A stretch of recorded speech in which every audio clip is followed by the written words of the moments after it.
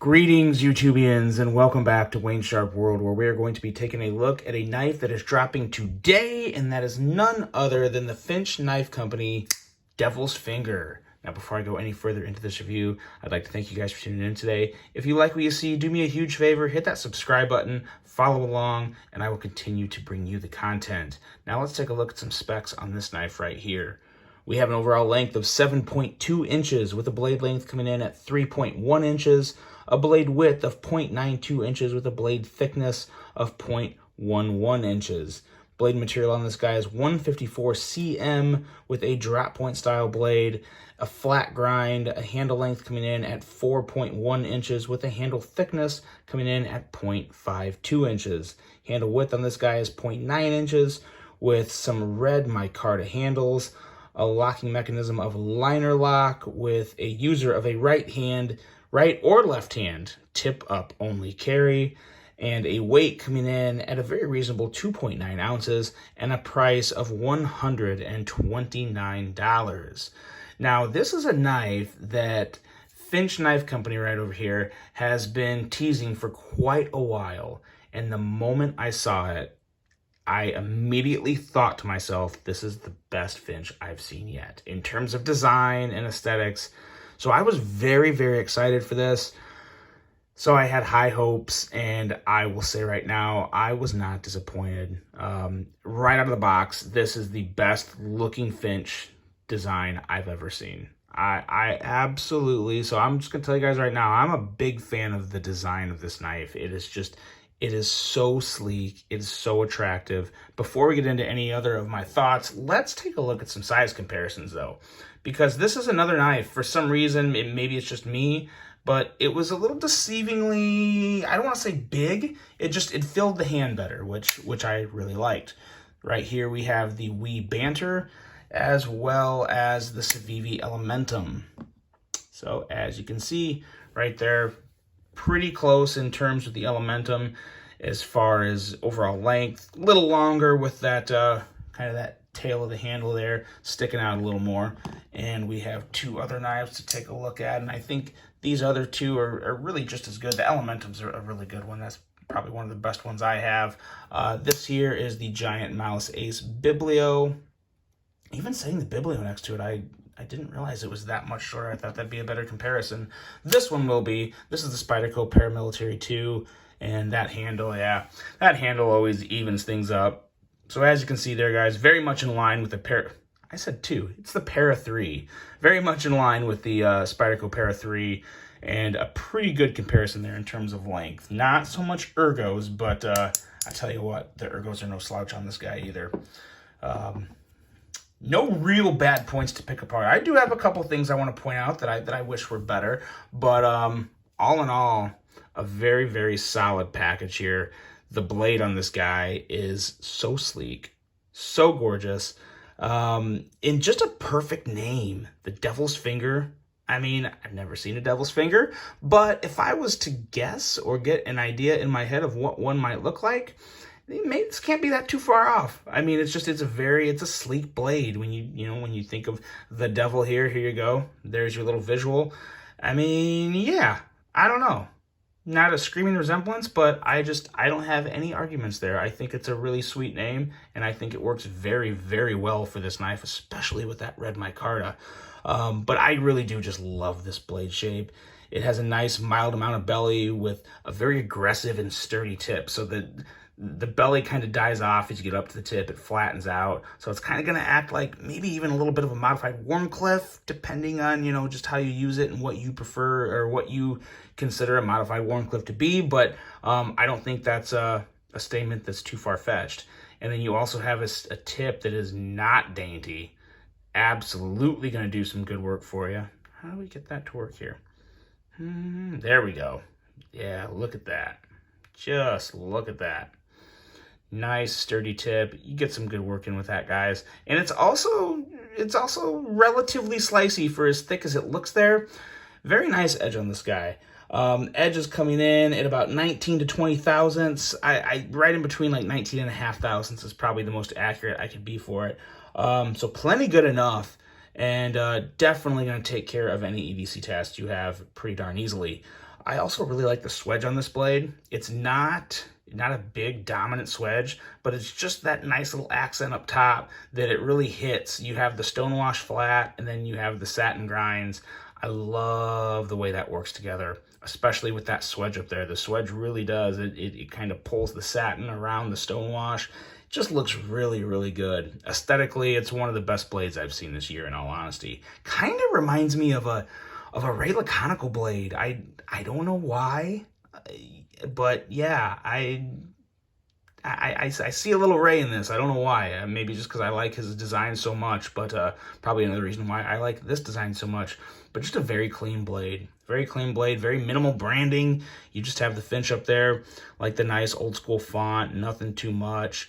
Over here you have the model name and blade steel. I do wish they kind of would have printed maybe like the 154 cm right under here and move the devil's finger back, so you're not going too far up the blade with the printing and branding there. But I mean, that's, you know, we're nitpicking at this point, but again, it's just kind of personal preferences. It's things that I would like to see to help make the blade just a little cleaner. But it's already pretty sharp visually and literally as we're talking here. I do still love this Finch grip area, guys. If you don't know what the Finch grip area is, it's this right here. You got this I call it a choilish area. It's not really cut in, but it's an area to put your finger where it has some jimping, and then up top here there's more jimping, and it feels so good. It's not like a Para 3 or a PM2 or something where you have that cut in there and your finger just falls in right there and it's good and it's locked in. It's a more of an aggressive feel, but it's not a hot spot. It's just a really good place to get a good grip where you won't, you know, the knife's not going to slip out of your hand, and you can do a little more detail work getting closer to the blade. So I do still like that a lot. I also really like the inset jimping here. As you can see, there's been a couple Spyderco models that have had that in the past, and I've always appreciated it, and I still like it just as much on this one because it's just as effective. Completely flat with the handle, but as you look in, you can see the jimping there, and it really does make a huge difference. Really, you feel it, it's functional, and it works. Now, I'm going to address the one only elephant in the room here that some people are going to have an issue with. I don't have so much of an issue with it, but I have to bring it up because I know someone's going to say something in the comments about it. 154 cm steel for $129. I'm not going to lie, that's stretching it. For 154 cm, it's up there only because there's so many other companies, specifically, you know, Kaiser, Civivi, that are using S35VN, CPM 20CV, more premium steels that are coming in the $100 to $120 range. So you are paying a little more for a less premium steel. I get that, and it's a valid point. I'm not going to argue it. All I'm going to simply say is 154 cm steel is still plenty good enough steel to cover 95+% of people's EDC uses. And even for me, the corrosion resistance is good enough. I've never had any real corrosion issues with 154 cm.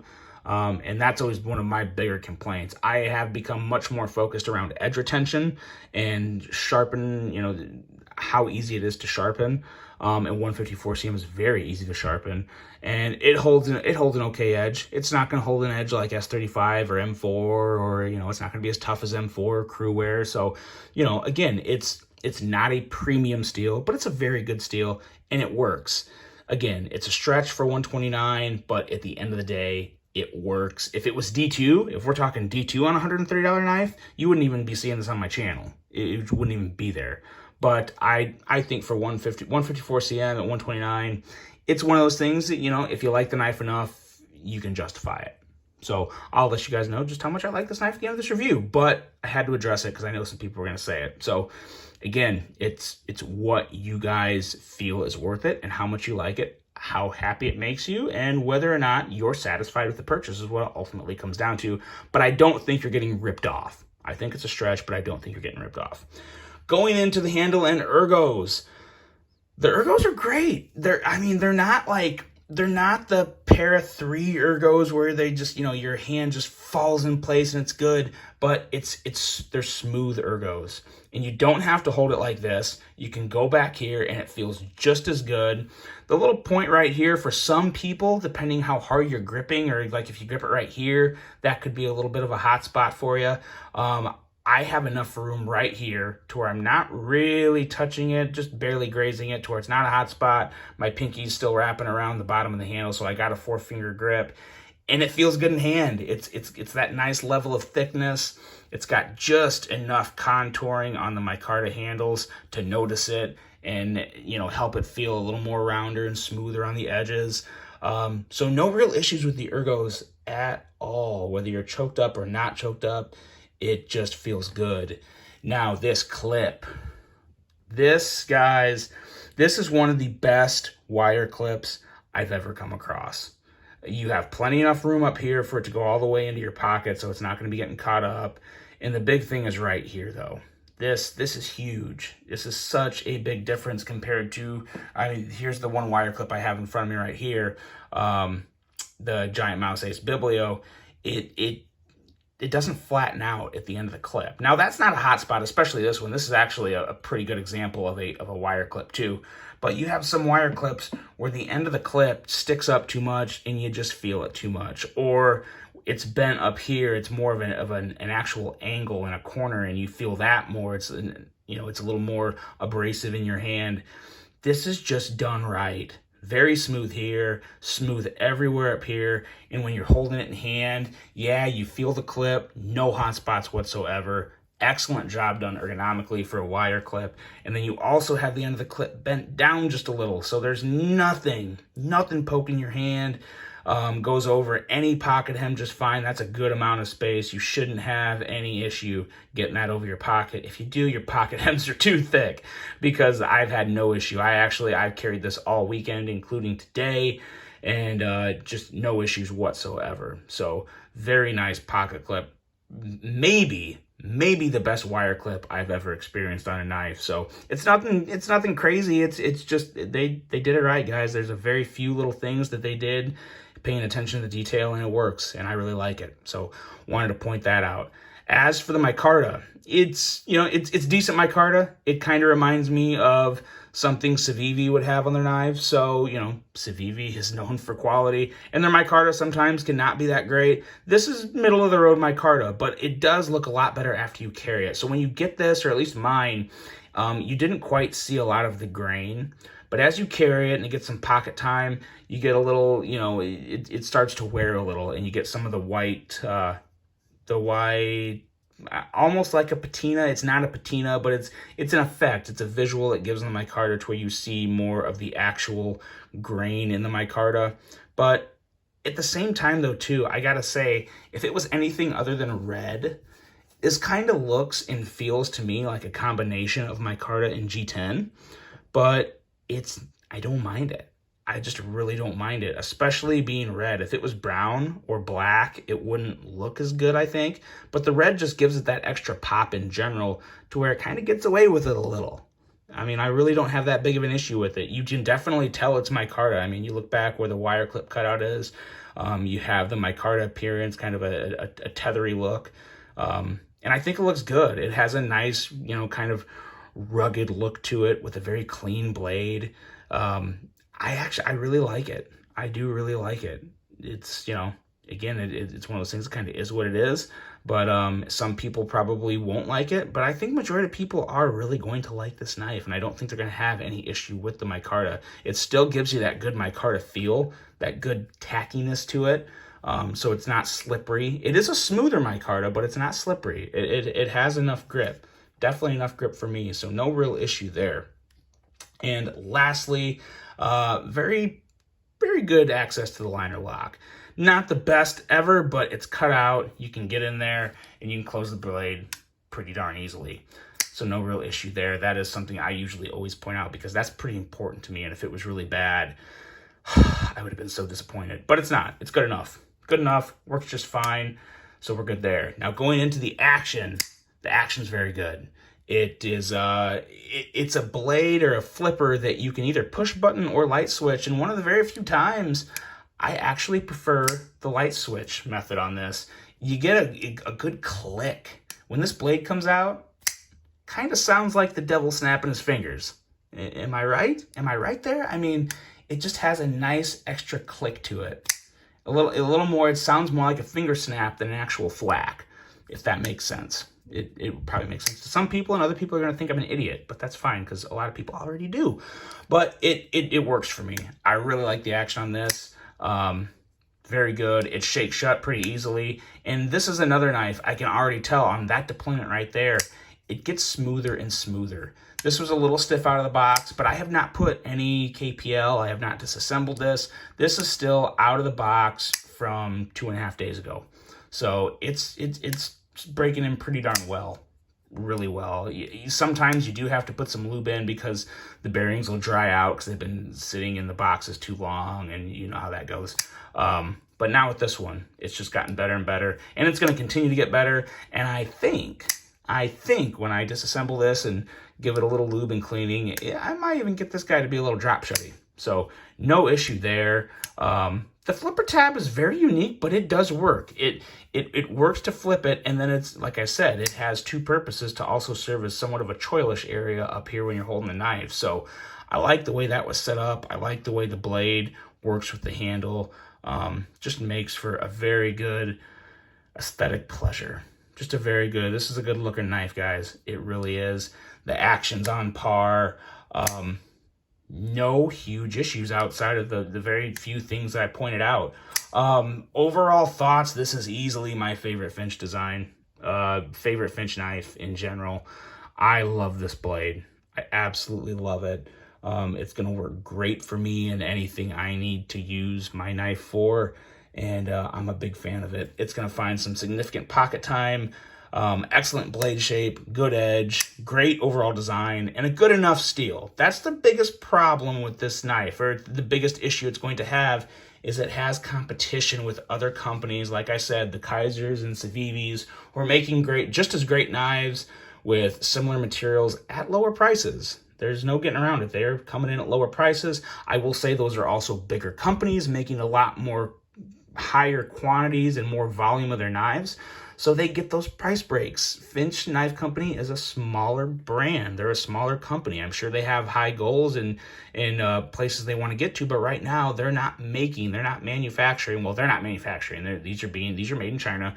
But they're making quantities smaller than Civivi and Kaiser. So that's the nature of the beast there. They're going to have to pay a little more for their knives. Therefore, they're going to have to charge a little more for their knives. So that just is what it is. But ultimately, to me, what it comes down to is, do you find the design attractive? Does it make you happy? At the end of the day, I find this knife very attractive, and it really does make me happy. So I don't have an issue with the $29 price point, or $129 price point. I'd recommend it to anyone who's looking for a knife this size, of good quality with a good edge, just a good EDC knife. I would absolutely recommend the Finch Devil's Finger. Let me know what you guys think. I know there's a lot of Finch fans out there. Man, it's really hard to beat this design for me. It really is a winner. Huge fan of this knife. Let me know what you guys think. Hope you enjoyed this one. Let me know if you plan on getting one. I have this knife linked below in the video. If you want one, hop over there. I don't know how fast these are gonna be, how long they're gonna be around. They may sell out quick. They may be around for a week. I'm not sure, but if you like one, I'd recommend hopping on it because, in my opinion, it is worth it. The Finch Knife Company Devil's Finger. Hope you guys enjoyed this one. Hope you have a great rest of your day. And until the next one, I'm out.